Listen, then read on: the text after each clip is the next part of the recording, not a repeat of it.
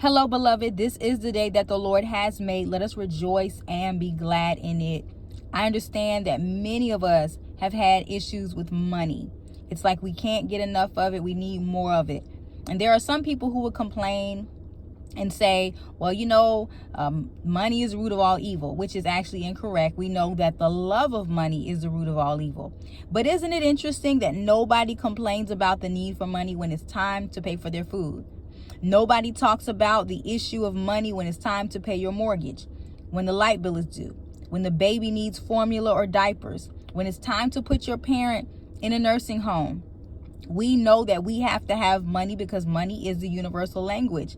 And God knows that we need money. The Bible tells us that God will supply all of our needs, that God owns everything in this earth. There's nothing that was made, created, that is here that God did not first initiate and start.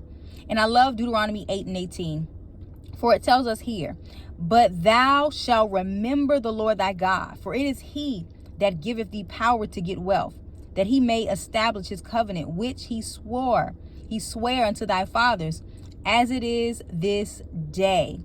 And it shall be, if thou do at all forget the Lord thy God, and walk after the other gods, and serve them, and worship them, I testify against you this day that you shall surely perish. God has everything figured out that we need. We must trust him and believe him and know that it is the Lord who gives us the power. I love that word right here in the scripture. It is the ability, the capacity to produce.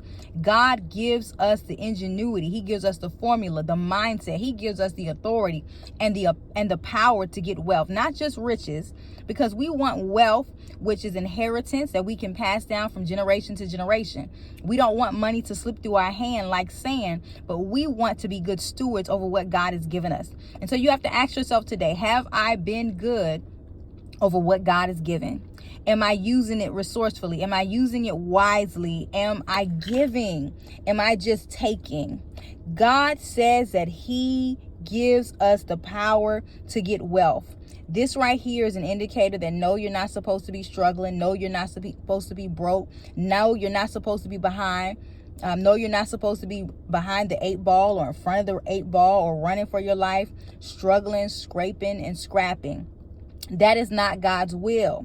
And I often say this, if I am a believer of God, if I trust God and I trust that God is bountiful, he's wealthy, that he has a kingdom set aside for me. Kings have riches, they have wealth, they obtain power through their possession and their influence. Why would I want to leave